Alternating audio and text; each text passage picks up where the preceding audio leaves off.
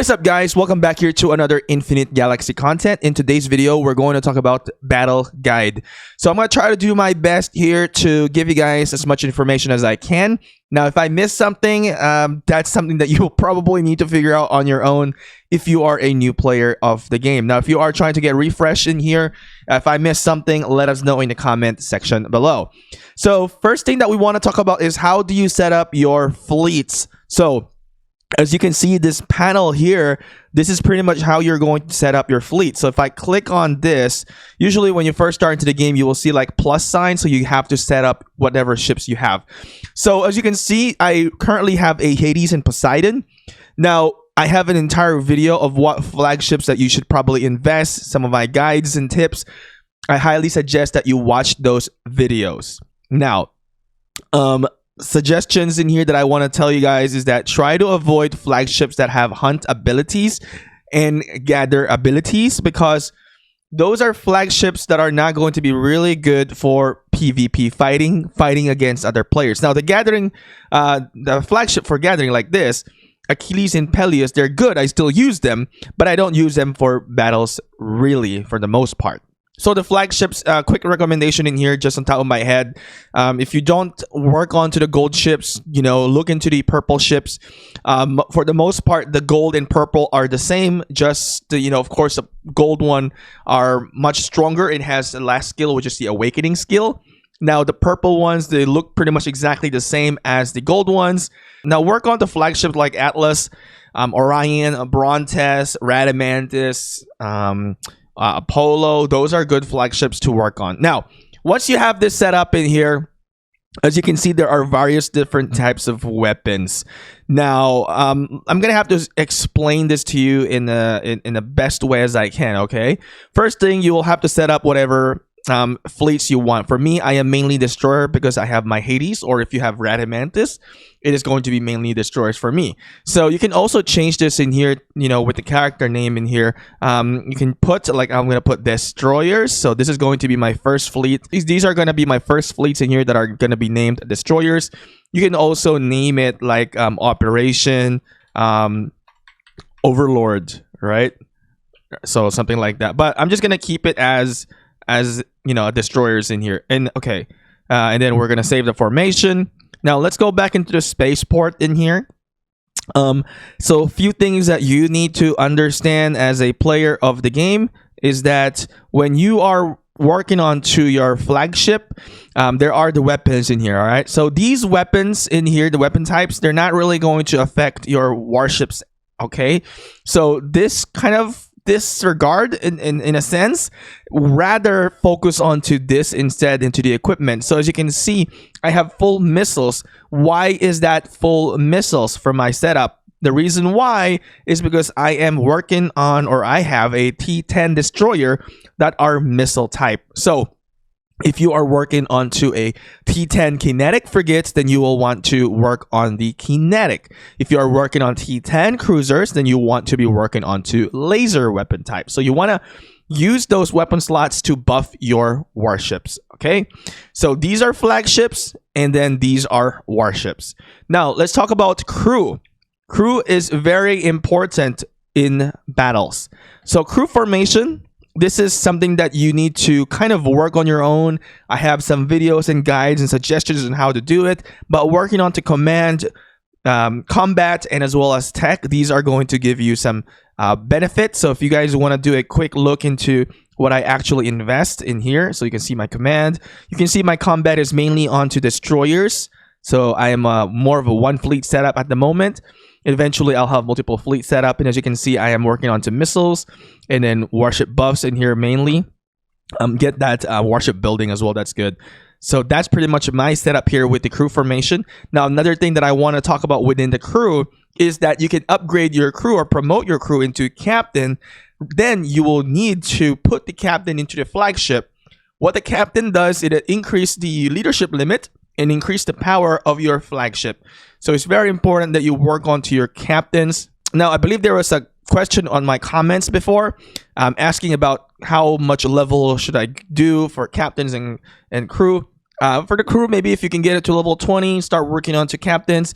Majority of the time, you're going to use single fleet anyway. So having a single fleet setup, working onto those 2 captains that are in that fleet is actually more beneficial in my opinion. So as you can see, I have 2 level 40 captains, and my setup here are about level 30 and 25. So maybe once you reach 25, 30 onto the crew in here, then you can actually start working onto your captains to get it to level 40. I suggest to make level 40 captains first before making level 40 crew formation, because you get more benefit from the captain than to the crew in the later stages of the game, like for example where I am at right now. So next thing that we're going to talk about is core module. We've kind of talked about the flagship already, to where what you're going to be investing, how your captain is going to work, and then we're talked about the crew formation already now. So now another important thing is the core module.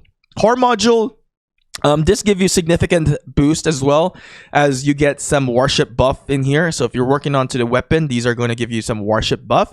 Now, if you are going to be working on towards the command in here, it's going to give you more of a flagship buff and also some leadership buff as well. So for now, this is what I have right now, and you get more benefit here because 15% warship HP, and then this is only get 10%. So I went for this route instead. And then what I'm doing right now is I'm actually increasing my leadership, because leadership does have a good value later on in the later stage of the game once you have these buff already applicable, because quantity does have an effect later on. But if you work on quantity first, without quality, then you are going to get wrecked, like what I did in the very beginning of my stages of the game. Next thing that we're going to talk about is movements within the game. Now, the game does not have a drag and drop feature, so if you're going to move, you can't just drag it and drop it. You have to actually click Fleet Burt and then move into the target. All right. So, for example, let's say Davados is my target. One of my biggest advice to give you guys is that have everybody like park above the target rather than below the target, because if you're parked below the target, you're kind of like eventually like blocking the target. So if I'm parked like that, it's just not nice in the formation. It's very difficult. Let me just say that, especially if everybody's like clustered into that area. So let's say if you're doing Archean Ghost Ship, Bert right above it instead of right below it. All right, so that just makes everything so much more easier when you're trying to target something. Now, when you're engaged in a battle, I want to let you guys know that there is an ability here that will tell you to retreat. If you know you're going to lose a battle significantly, you might want to click retreat. All right, so just to save your ass in the battlefield, click retreat. All right, let me go send this back home. One more aspect in here that I want to talk about that I think that is very important within kind of like I say it's probably in the space movement as well. I'll put in the time frame. Let's say you don't have enough destroyers in here, and then I battle and I lost destroyers. It's not going to autofill, right? If you don't have enough, it's not going to autofill. It's not going to resupply. So for example, let's say I only have 3,000 in this, and then let's say I have 4,300, right? And then I battle and I lost some. What you're going to see is that it's going to keep on decreasing and decreasing and decreasing. And when you keep going to the battle, if you do not go back into this page and then resupply everything and put other ships in there, then you're going to come out with a very low leadership fleet. That's what I'm trying to say here. So keep in mind that you do need to make sure that you have a buffer. So for example, like this, if I go to fight, even though I suffer significant losses, I have a buffer in here that I still have a significant amount of destroyers, so that what's going to happen is that the system will automatically resupply my save setup in here with more destroyers. So when I can go out to the battlefield, I'll have full destroyers in my fleet. All right, so hopefully that explanation wasn't too difficult to understand. If it is, let me know in the comment section below. Now, if you're trying to defeat space pirates, so there are various different levels in here. Let's go to the pirates in here. So sometimes it will give you these indication. So this is going to be very easy. So that's an easy victory. Now, if I remove all my warships, you can see that it's going to change. It's going to say harsh struggle, which most likely we're not going to win. Sometimes it will give you a indicator that you can probably win. Most of the time you'll win if you get that indicator. So let's see. They'll give you this neck and neck. So in neck and neck, typically you wins. With the harsh one, typically you lose. But at the later stage, you can technically win if you have a good flagship. So let's just see this one. You can see harsh struggle. But we're going to battle that. And you can see that we are still going to win. So don't be afraid. Test it out. Try it. You know, it's not going to hurt you, you know, when you see those indicators within the game. But the hard struggle is not always saying that you're going to lose. You have to kind of have a good understanding on where your fleets are. So you can also do a replay here if you want to watch the battle. So you can see, you can also do like a ×2, move it much faster. You can see my full of destroyers in here for my setup. You can check out the fleet in battle and how the damage is occurring and how much losses the opponent is actually getting. All right, so in a PvP scenario, you are definitely going to get some losses. All right, so when you're battling in the PvE scenario, you're not going to have any losses unless you fill up your repair bay. Like for example, in this battle, there are losses because this is a PvP scenario. As you can see, we occurred significant losses there. I think this is the only one that I have saved now. So just remember, when you're fighting PvP, there are going to be losses within the game. And when you are doing PvP, the repair bay is very important. This repair bay is crucial. Your leadership capacity is very important. When you're fighting space battle, just in open space, you're not going to have any destroyed ships unless you fight in a structure. Now, if you're, like I mentioned earlier, if your repair bay is full, then you will suffer losses. All right, you will suffer losses if your repair bay is full and you keep on continuing to fight. So you need to clear this out and then fight once again. Now let's talk about some of the items that can help you to succeed within the game. Now you have to go into the buff section. Now I pretty much have every utility that I need for battles. If you are in a constant war state within your nebula, you might want to use a protection field so your base does not get attacked.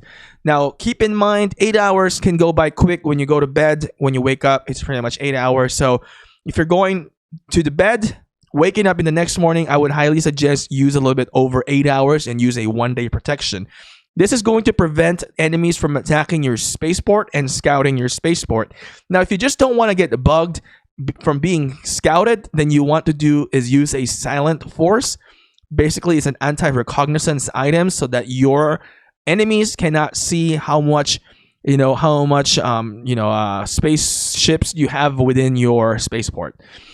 If you want to use some items in here, there are definitely buffs. There's attack buff. There is going to be a defensive buff. They all have a different symbols in here.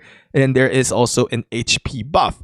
One of my favorite thing is the leadership buff. This is going to increase your fleet leadership, which allows you to bring more fleets into the battlefield. So I highly suggest use some of the buff in here when you are in a PvP, regardless of whatever you have. If you are in a PvP scenario, all of these percent boost will definitely help you in the battlefield and can guarantee some success, and you potentially can win the battles that you are engaged with. So hopefully this video is actually very helpful to every single one of you guys. Hopefully you will succeed Infinite Galayx and have a lot of fun playing this game.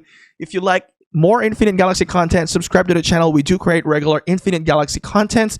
And also, if you find this helpful, press like onto the video.